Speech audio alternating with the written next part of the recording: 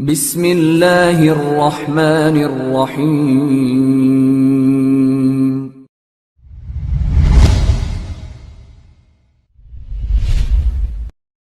Hasan Basri pernah didatangi oleh 3 orang.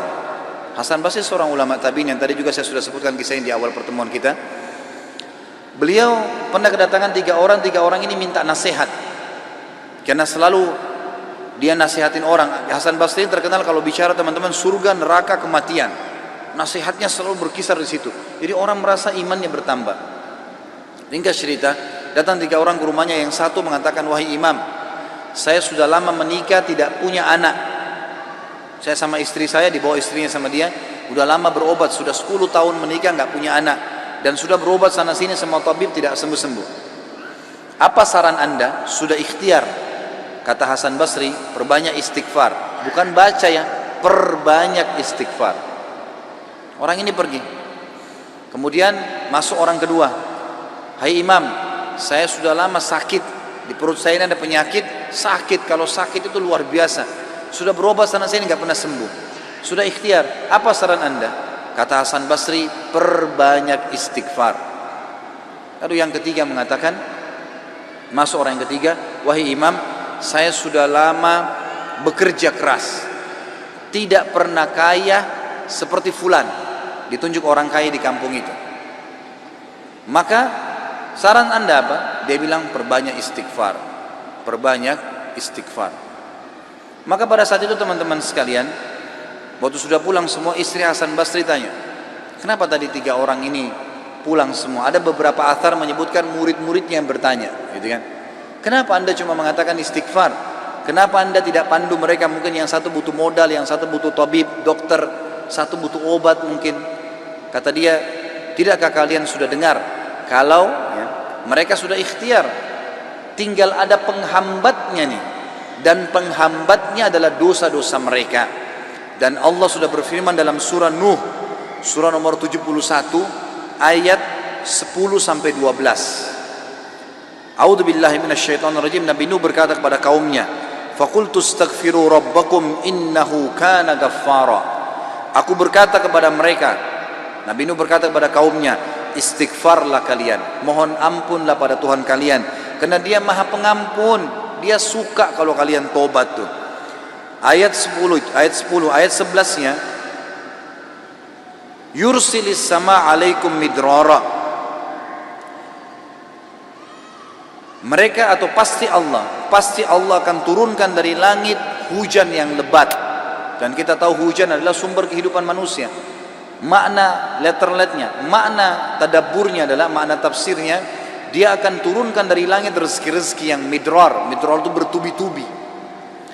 Ayat 12-nya, wa yumditkum bi amwalin wa banin wa yaj'al lakum jannatin wa yaj'al lakum anhara. Dan pasti dia akan memperbanyak buat kalian. Yumdit, mad ini artinya mendobelkan, melipat gandakan.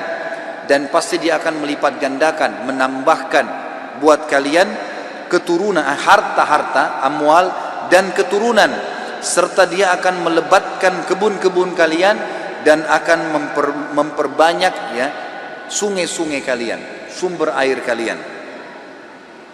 Imam Ahmad rahimahullah pernah didatangi teman-teman sekalian oleh seseorang. Maaf, Imam Ahmad pernah di akhir hidupnya, ini kalau teman-teman yang pernah dengar kisahnya, maaf saya ulangi karena memang berhubungan dengan poin ini. Pernah Imam Ahmad rahimahullah di akhir hidupnya dia tidak tahu kenapa dia harus mendatangi sebuah tempat. Lalu kemudian dia pergilah ke sana. Setelah dia tiba di kota itu, tiba waktu maghrib, dia masuk ke sebuah masjid, lalu dia sholat maghrib. Habis maghrib beliau duduk rahimahullah dengan membaca Al-Quran ya. Imam Ahmad ini kalau nggak salah meninggal tahun 240-an, salah satu dari 4 imam madhab ya.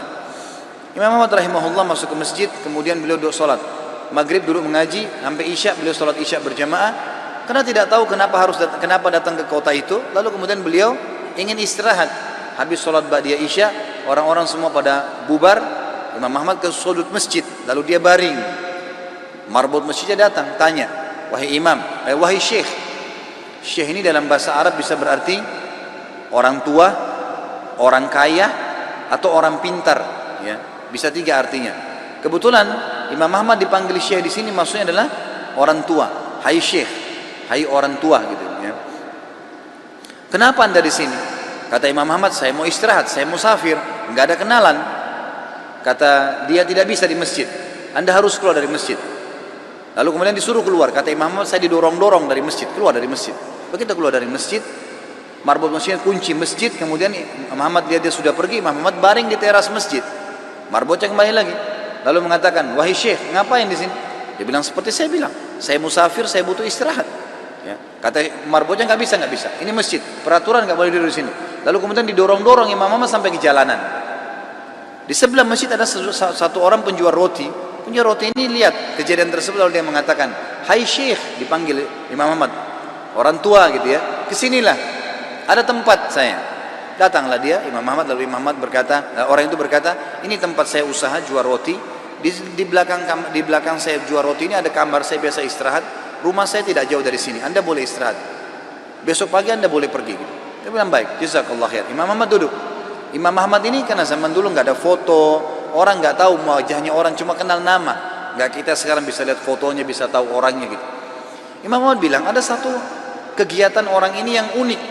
Setiap kali orang ini pecahin telur, ambil gandum, ya, tepung, kemudian taruh garam, diaduk, selalu astaghfirullah wa atubu ilaih, astaghfirullah wa atubu ilaih, terus astaghfirullah wa atubu ilaih, terus dia mengucapkan itu. Maka yang terjadi adalah Imam Ahmad bertanya, berapa lama kau amalkan ini? Sudah berapa lama kau amalkan? Kebetulan Imam Ahmad ini di akhir hidupnya ya, sudah sangat tua. Orang ini juga seumur Imam Ahmad. Dia bilang sudah lama, dari saya masih muda. Kata Imam Ahmad, apa hasilnya istighfarmu ini? Dia bilang semua yang saya minta sama Allah dikabulkan. Apa saja? Belum pernah saya minta sama Allah nggak dikabulkan. Tinggal satu yang sudah bertahun-tahun saya minta belum Allah kasih. Kata Imam Ahmad, apa itu? Dia bilang saya minta agar dipertemukan dengan Imam Ahmad. Maka Imam Ahmad bertakbir mengatakan Allahu Akbar. Karena istighfarmu inilah ya, Allah subhanahu wa ta'ala mengutus saya datang ke kotamu dan saya tidak tahu kenapa saya datang. Karena istighfarmu lah marbot masjid melarang saya tidur di masjid dan saya didorong-dorong. Istighfarmu lah yang membuat kau menawarkan saya untuk datang dan nginap di tempatmu. Saya Ahmad bin Hanbal. Allah Azza wa Jal datangkan Imam Ahmad ke rumahnya karena istighfarnya. Ini luar biasa. Kisah seorang ibu yang berada di wilayah Kashmir. Kisah belum lama terjadi. Ibu ini rupanya punya, kalau saya tidak salah, cucu atau ada anaknya perempuan kena penyakit tulang, sakit. Ibu ini selalu berdoa kepada Allah SWT sambil beristighfar karena dia sudah bawa ke dokter di sekitar rumah situ, di sekitar kampungnya tidak ada, gitu kan? Nggak ada yang bisa tanganin. Mereka cuma bilang ada satu dokter ya yang mampu menangani ini, tapi di India. Dia di India dan dokter itu Muslim, ahli spesialis tulang. Cuma dia yang bisa. Ibu ini tahu dia tidak punya kemampuan uang beli tiket pesawat atau kendaraan, mau bayar dokter tidak mungkin. Maka ibu ini memperbanyak doa dan istighfar. Selalu istighfar kepada Allah. Ya Allah, kalau ada dosa maafkanlah, sembuhkan anak ini. Ya Allah, pertemukan sama dokter itu, mudahkan supaya anak saya ini berobat. Ringkas cerita, dokter yang tadi jadi target ini keluar dari India. Ada acara, dia naik pesawat melewatin wilayah Kashmir tadi itu. Tiba-tiba pilotnya bilang, pesawat ini badai, lagi hujan deras. Tidak bisa pesawat lanjut nih, harus turun di wilayah itu. Turunlah pesawat itu. Begitu turun, tiba di bandara, kata dokternya, saya harus, ini ada seminar, saya harus hadiri. Berapa jauh dari sini? Orang itu bilang target anda sekitar 4 jam dari sini. Kata dokter, baik, saya mau sewa mobil. Ya, masih bisa keburu, gitu kan? Masih sekitar 6-5 jam lagi acaranya, 5-6 jam lagi. Begitu dia sewa mobil, jalan sedikit dari bandara, ternyata ya, hujan makin keras. Kata supirnya, nggak bisa kita jalan. Kalau jalan ini paksanya bisa kita dihancurin oleh badai. Kata dokternya, baiklah kita istirahat. Mampir di pinggir, mampir ke sebuah rumah. Rumah itu rumah tua, rumah kayu. Lalu tabibnya ini, dokternya ini naik ke rumah itu, berteduh, ketuk-ketuk, ucapin salam, dijawab waalaikumsalam. Keluarlah seorang ibu. Lalu kemudian dokter ini bilang, maaf, kami ini musafir, hujan lebat, bisa berteduh di sini? Kata ibunya, silahkan. Lalu ibunya itu mengambilkan minuman, dihidangkan minuman. Waktu sementara duduk di ruang tamu, anak perempuan si ibu ini lagi nangis-nangis kesakitan tulangnya. Ini ibu yang tadi sakit tulang. Ini dokter yang jadi target sampai di rumahnya. Lalu kemudian dia berkata tabib ini, kenapa anaknya ibu? Dia bilang sakit tulang. Kenapa kok sakit? Kenapa nggak dibawa ke dokter? Sudah, tapi kata dokter semua tidak bisa sembuh. Dan dokter yang bisa tangani cuma seorang dokter di India namanya Fulan. Disebutkan namanya dokter ini. Dokternya tiba-tiba nangis lalu berkata, segala puji bagi Allah subhanallah yang telah mendatangkan saya ke rumah ibu. Saya ini dokter yang ibu sedang targetkan. Allah datangkan dokter itu ke rumahnya justru karena istighfarnya, karena doanya kepada Allah SWT. Tidak pakai biaya, malah dokter itu biayai gratis dan datang ke rumahnya. Seperti itu, dan banyak ribuan kisah begini teman-teman sekalian yang berhubungan dengan istighfar.